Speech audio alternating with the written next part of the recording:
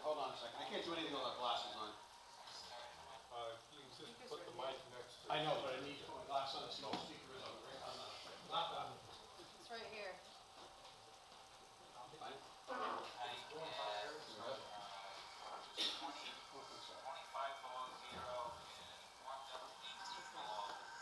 And that was the coolest hike I've ever done here in Monadnock. The whole layering system works according to how fast you want to set your pace, you want to stay warm, not overheat and sweat. In the wintertime, I usually trade in my trash bag for trail cleaning for a set of ski poles, and I use those for more traction, and I use traction devices for my snow boots, so I can come up with spikes on my feet if necessary.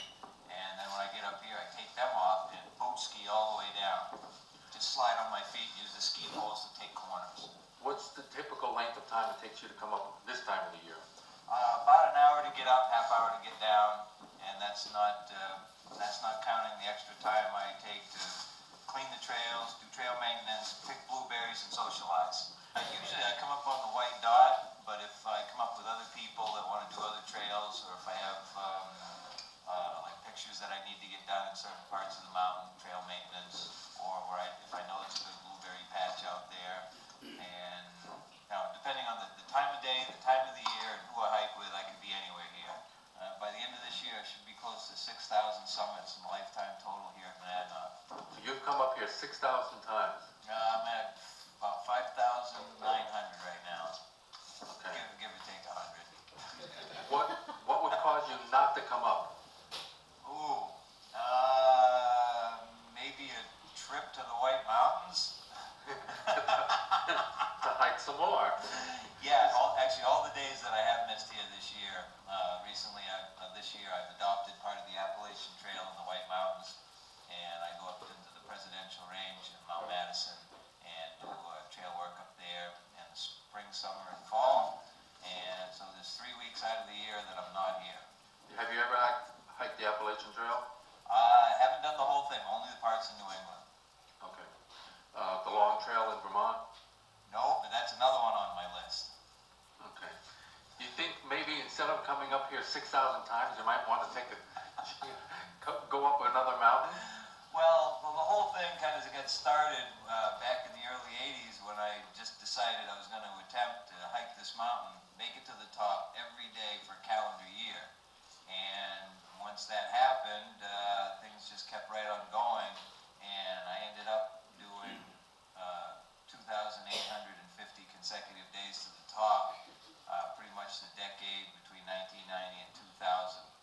I was here every day, and since then I decided I want to do at least 300 summits a year to stay in shape, so when I do go on other hikes, I don't have to get in shape at any given point. Well, I do photography now, and then I do work for the AMC, the Appalachian Mountain Club, and when things get tight, then I have to do other things to make up the difference. But I'm what you call a starving artist out here. A family? You have any family? I have relatives here in New England, and I happen to be the only hiker and photographer in the family. I'm making up with all those that don't. I got just about one hike for every resident in this town that doesn't come up here. I've estimated that I've met approximately 1.5 million people on my hikes here. I've found weather situations that were incredible, everything from the winter storms to rainbows, sunrises, interesting wildlife. I've met a lot of good people, and of course with over 120,000 visitors a year on this mountain, you're going to run into a lot of interesting characters, and some of them probably shouldn't be here at all, but I've seen interesting things come up here, everything from weddings, birthday parties, people flying kites, unicycles. I've been involved in rescue operations, and I've done night hikes, full moons, videotaped the fireworks show from Jaffrey, and the list goes on and on. My collection of photography is about 15,000 images that I've done here in the past 20 years. I've seen people come up here and actually trash the place and be loud and rude and interrupt other people's so-called a nice experience that they could be having here. here, carry in, carry out, you know, no camping and fires, and no pets. And occasionally we get people up here that are just loud, rude, and leave a mess behind. And I pretty much, as a volunteer, I just take care of it.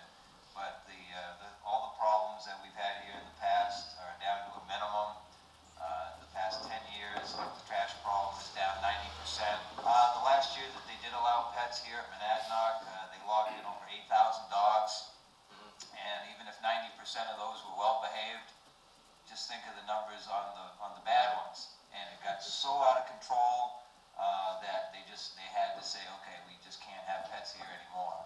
When you got like over 100,000 people coming into a park this small, and you allow pets, there's abandoned pets chasing wildlife, interruptions, and besides that, the mess is just out of control. I see tracks in the snow, and I'm sure the wildlife sees me a lot more than I see them.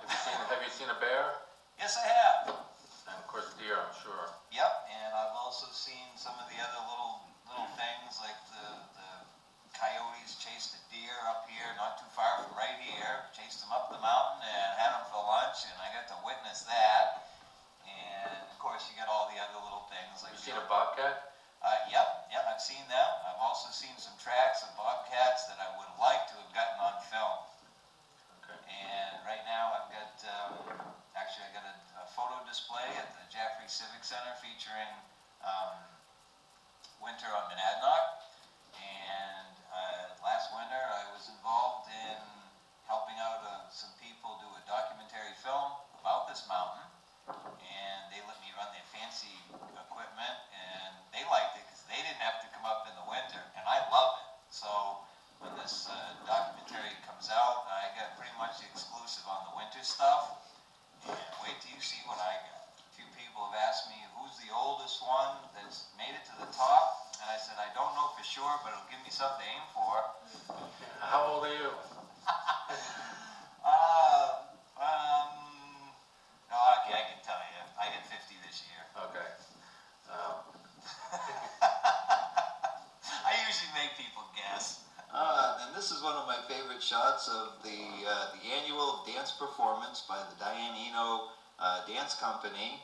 And they come up every year and put on like an aerobic ballet bouldering performance and dedication to artists on the mountain. And on a really clear day, you can see Mount Washington, which is, I think, about 80 miles in a straight line from here, with most of the state of New Hampshire between here and there, and you can't even see a road. And this is at the junction of the upper junction of the White Dot and the White Cross after the same ice storm we had in March. About 15 inches of ice overnight. This is the Pompelli Ridge from the top, and that's showing off nice frosting on the mountain. And today I'm going to go right over there and pick blueberries. And I spent all winter out here looking for different textures in the snow and ice, and I found a really good variety. And actually some of these scenes I did get on the high definition video for the documentary. I got to Falcon Spring this past winter, and this was after the coldest night we had all winter, and this ice formation happened, and I showed up at the spring early in the morning, and I thought it was just fantastic that Mother Nature can just take a few drops of water and make stuff like this happen. And this was in March, and we had an ice storm that came and went overnight. And this is the signpost at the top of the Red Spot Trail at the Pompelli Junction, and people have called it the Ice Angel.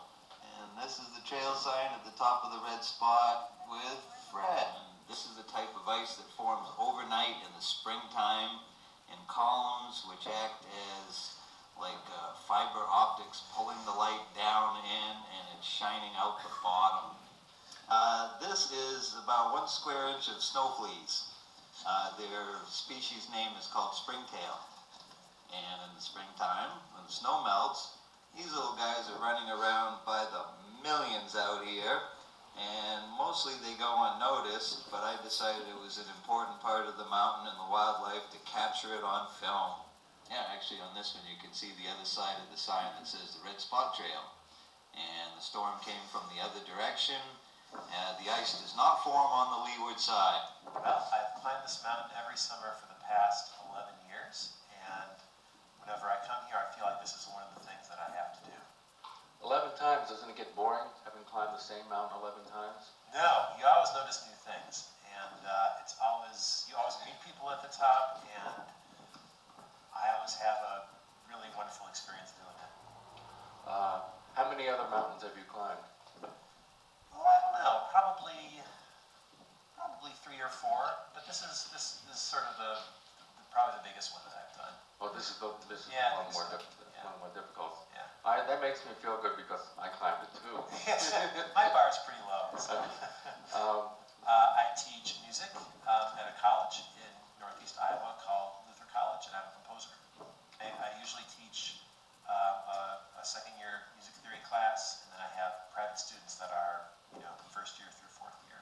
I'm a pianist, and I also play the organ, so I do a lot of church music from time to time as well.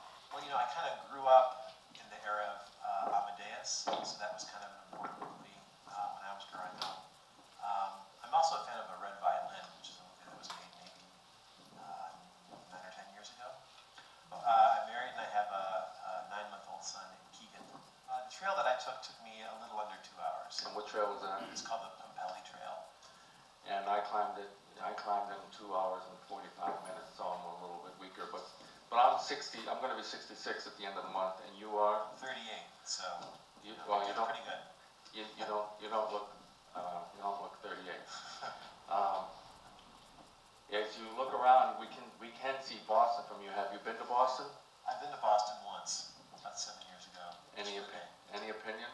Oh, I enjoyed it very much. Yeah, we were hoping actually to go see the Red Sox play, but it didn't work out. I'm a baseball fan, and I haven't been keeping up so much this year, and I'm also a hockey fan. Those are the two.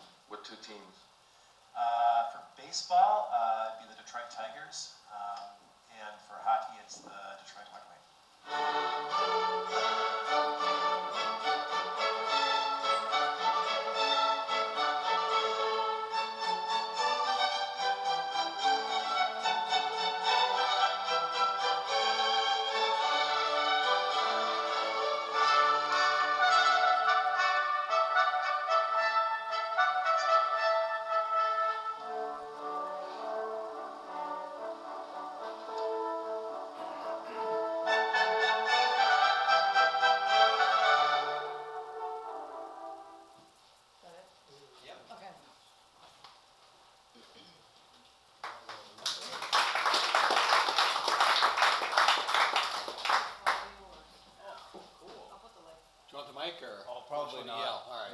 This looks pretty good. But anyways, I just want to give you a couple of quick updates from back when that was shot, and then we can continue on with any other questions. But my stats as of right now, that was 5 years ago. So now I'm up to 7,344 recorded hikes to the top of Mount Monadnock, which is the equivalent of over 13,219,000 vertical feet in gain, which is 2,500 miles straight up. And that's the equivalent of Mount Everest 455 times from sea level, with about 30,000 miles on my shoes. That's the update. So I'm taking it that everybody here has been up on Mount Monadnock. Who's been up? And anybody haven't? All right. If you haven't, we're going. Field trip. There you go.